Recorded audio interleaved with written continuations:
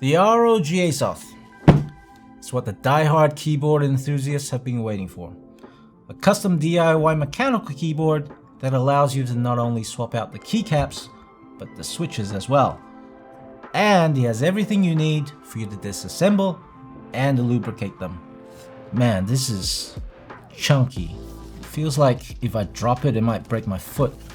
Make sure it does hit your foot. Just don't damage my keyboard, please. Well, I'm just gonna open it here where my foot's safe and let's see what's inside.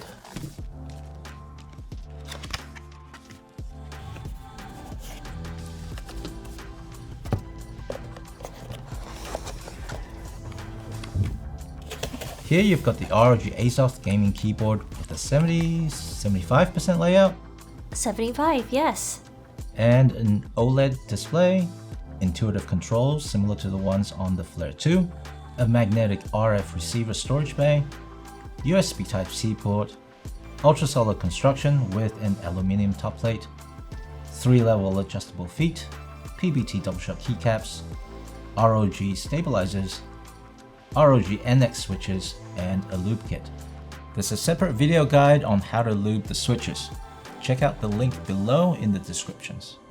By looking at all the extras inside the box, it's clear that this is far from an ordinary gaming keyboard, nor is it a typical DIY mechanical keyboard, but somewhere in between. This 75% design has both the gaming and DIY communities in mind. The compact size allows for more room for the mouse to move, while retaining all the shortcuts such as stealth and lighting effects, just like an 80% TKL. Aftermarket 75% keycaps can be swapped in without trouble. One of the features that stands out is the OLED display. How big is it? It's a 2-inch. Considering how compact this is, it's amazing how ROG has managed to fit a 2-inch OLED display on it. On the left, there's caps lock, scroll lock, and what's that guy with a hoodie and a D next to it? That's the profile indicator. Ah, and D's for default. Let me see. Profiles 1, 2, 3, 4, and 5. And back to default, cool. Under that would be the connection mode, USB, RF, and Bluetooth. Oh, and it even shows you which Bluetooth device. Up to 3, correct? Yep.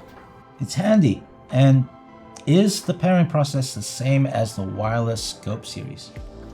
No. Since we have the intuitive controls and the OLED display, holding the ROG button on the side will now activate the pairing or toggle the dial to change the connected device.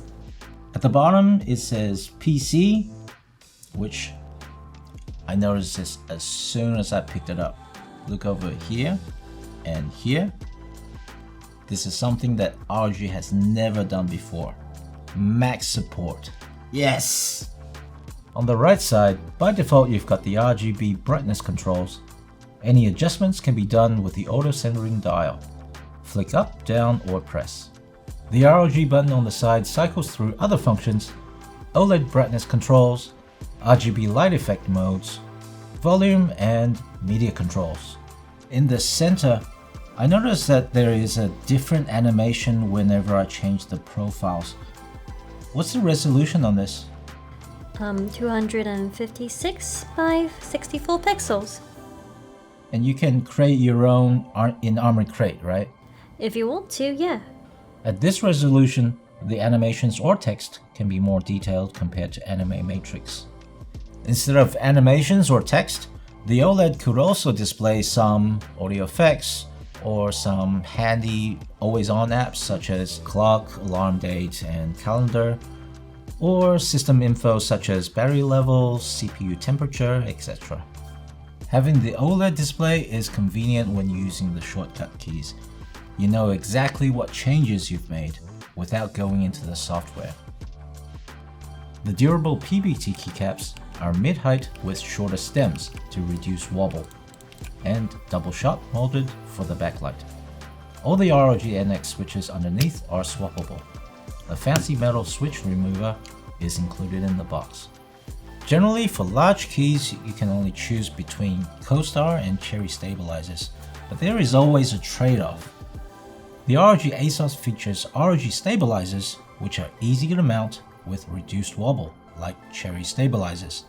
At the same time, fast keystrokes with less friction, like Co-Star stabilizers. You mentioned that the stabilizers can be swapped out. Yeah, if you want, you can switch to cherry.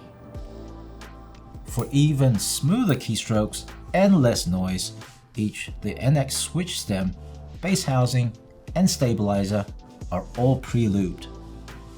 The pursuit of perfect acoustics and feel doesn't stop there. I've seen the triple layer dampening construction inside, and it's no wonder that this feels and sounds so premium. Can you elaborate on the different layers in more detail? Sure. Beneath the metal top frame, we have a silicone gasket providing a cushioned feel.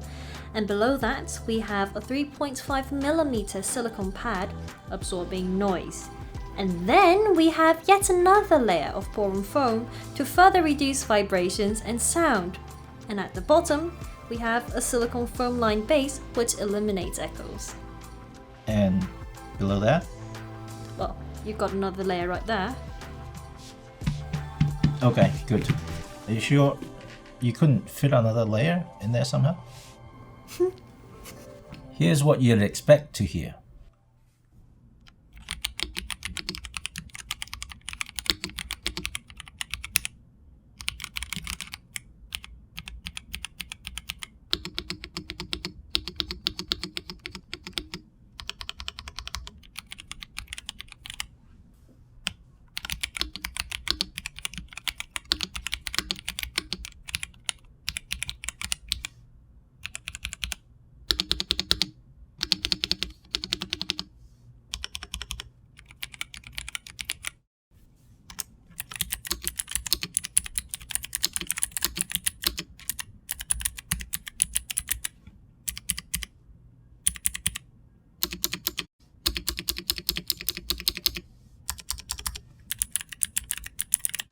With the incredible amount of dampening in there, it takes a great deal of meticulous planning to make sure that 1, it all fits in there, and 2, optimal reception, and 3, there's a balanced feel considering that there's a battery in there. I know it's tri-mode, which means you can connect it via USB, RF 2.4 GHz, and Bluetooth. Can you explain a little bit more in detail about how the RF is implemented? Well, sure. So this features the ROG SpeedNova wireless technology, which offers ultra-low latency, reliable connection, and optimized power efficiency. The antenna is located near the F4 key. Yes, over there. It's for better reception. How about the battery life? Well, the ROG Azoth can last for up to over 2,000 hours when connected. What, 2,000? Yes, you heard that right, 2,000 hours when connected via RF. And as for Bluetooth, well, let's just say we've been experiencing some unexpected difficulties. You see, we've been testing this out for over 2 months now, and the battery just simply won't run out. Oh. We'll let you know the results when we have them. I like those kind of difficulties. Yeah. And why does it feel so perfectly balanced? Okay, so we were able to place the battery in the center near the top, so no extra weight are required to counteract. Nice. So, is the ROG Azoth the gaming keyboard that you've been waiting for? Let us know in the comments. Until next time, this is Andrew.